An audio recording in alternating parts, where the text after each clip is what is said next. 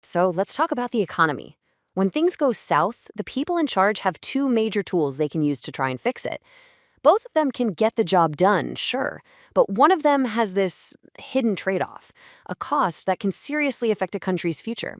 We're going to break down the showdown: fiscal versus monetary policy. Okay, so picture this. The economy is in a real slump.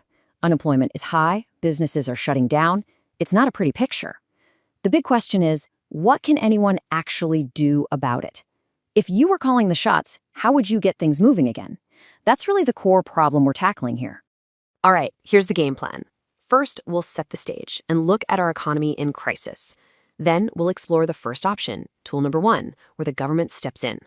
After that, we'll check out tool number 2, when the central bank takes action. And this is the important part. We'll zero in on the crucial difference between them, which is all about what happens to investment.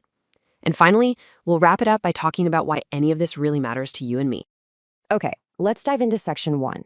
First things first, we need to understand our starting point, an economy that's really in trouble.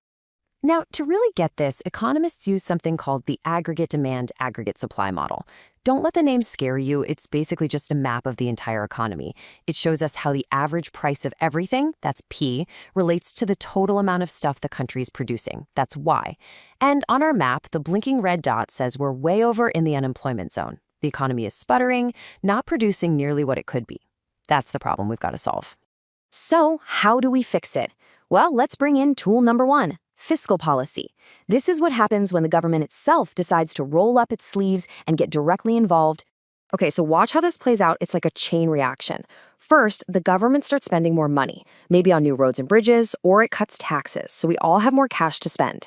Either way, people start buying more stuff, which means aggregate demand goes up. And that's good. The economy's output starts to rise. But there's a catch. With everyone buying more, prices start to creep up. And when prices go up, the value of the money out there goes down a bit, which in turn causes interest rates to rise. Now, when it gets more expensive to borrow money, what do businesses do? They pull back. They invest less. Remember that part. It is absolutely key. So here's the bottom line. Yeah, the economy gets a much-needed boost, and it starts growing again. But it comes at a price. The government's actions have effectively crowded out private companies from investing, and that investment is the fuel for long-term growth. But hold on. That's not the only play in the book. Let's look at tool number 2, monetary policy. This is when the central bank, which is a separate entity from the government, steps up to the plate. So the central bank's approach is totally different. They basically increase the amount of money flowing through the economy. With more money available, the cost of borrowing, the interest rate, goes down. Now this is the complete opposite of what we just saw.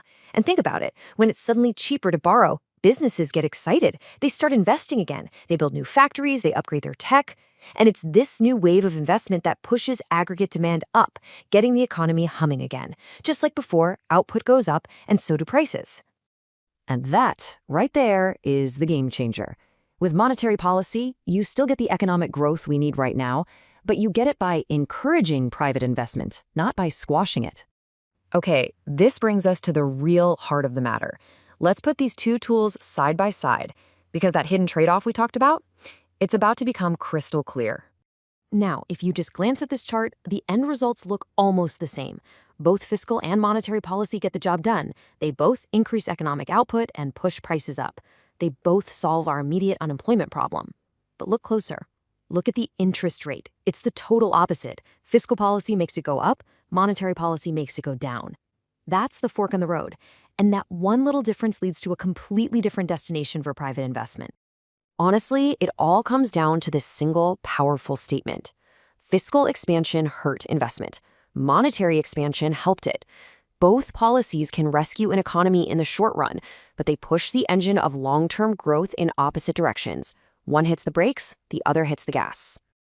So you might be thinking, okay, who cares? As long as people get their jobs back, what's the difference?